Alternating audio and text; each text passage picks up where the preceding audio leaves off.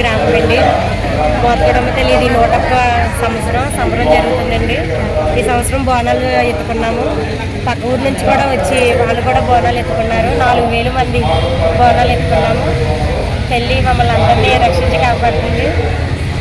బోనం ఎత్తుకోవడం వల్ల వర్షం కూడా కురలేదు. ఈరోజు వర్షం కూడా కురిపించారండి అమ్మవారు. ఆవిడ కృపతోటి అందరినీ కాపాడుతుందండి. మొదలుపెట్టి అమ్మవారి సంబరం మొదలుపెట్టామండి. 7 రోజులు కూడా కొనసాగిస్తాము. చివరి రోజు అమ్మవారిది మేకపోతను వేసి సాగనండి.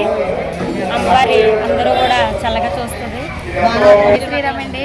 మాది శ్రీరంగపట్నం గ్రామం కోరుకొండ మండలం. నా పేరు బుద్ధ వీరశివ. మాతృశ్రీ మాదుకొండమ్మ తల్లి జాతర ఈ రోజు నుంచి ఆషాఢం వచ్చిన కాంచి స్టార్ట్ అవుతుందండి. మా చిన్నప్పటి నుంచి మా తాతలు ముత్తాతలు కానించి ఈ అమ్మవారిని కొలుచుకుంటూ వచ్చామండి మేము. ఈ అమ్మవారి ప్రత్యేకత ఏంటంటే ఈ గ్రామమే కాకుండా ఈ జిల్లా ఈ దేశాన్ని అంతా కాపాడుతుందండి.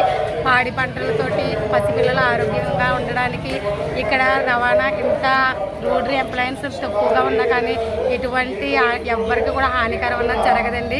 పసిపిల్లలు కూడా తిరుగుతూ ఉంటారు రోడ్డు మీద. కనీసం ఎవ్వరికి కూడా ఇలా జరిగిందన్న విషయం ఉండదండి.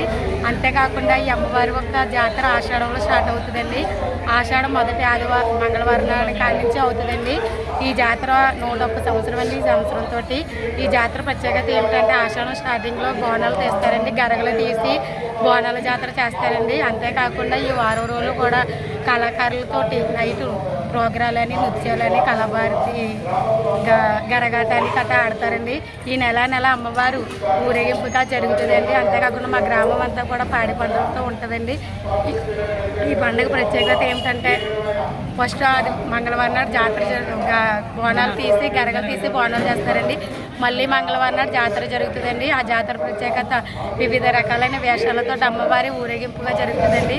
అంతేకాకుండా పొద్దుట తెల్లవారుజామున అమ్మవారికి అభిషేకం చేసి ఎవరైతే ఉంటారో గుడి ప్రెసిడెంట్ వాళ్ళు వచ్చి అమ్మవారికి గజమాల వేసి అలంకరించి అప్పటి నుంచి స్టార్ట్ అవుతుందండి. ప్రతి ఒక్కరు దేవాలయానికి వచ్చి కొబ్బరికాయ కొట్టుకొని వెళ్ళి ఆ రోజు వేషధారణ చేసి అలాగే సాయంత్రం ప్రతి ఒక్కరు వేషధారణ చేసిన వాళ్ళందరూ కూడా వచ్చి మళ్ళీ అమ్మవారికి కొబ్బరికాయ కొట్టి ముగిస్తారండి. అంతేకాకుండా ప్రతి ఒక్కరు కూడా ఆ రోజు అమ్మవారికి చెల్లగట్ట మొక్కుకుంటారండి.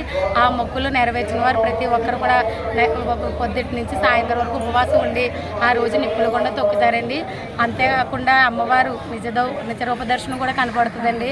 ఆ అమ్మవారి నిప్పులు కూడా తొక్కిన వాళ్ళకి అదే రకంగా రోజు సాయంత్రం పట్టబోతు వేస్తారండి. చెలిగట్ట కుప్ప తిప్పి నైట్ పట్టబోతు వేస్తారండి. పట్టబోతుతో కార్యక్రమం పూర్తవుతుంది. బోనాల్లో ఇంచుమించు 4,000 మంది వరకు పాల్గొంటారండి. అదే కాకుండా ఇతర గ్రామాల నుంచి కూడా వచ్చి అమ్మవారి బోనాల జాతరలో పాల్గొంటారండి.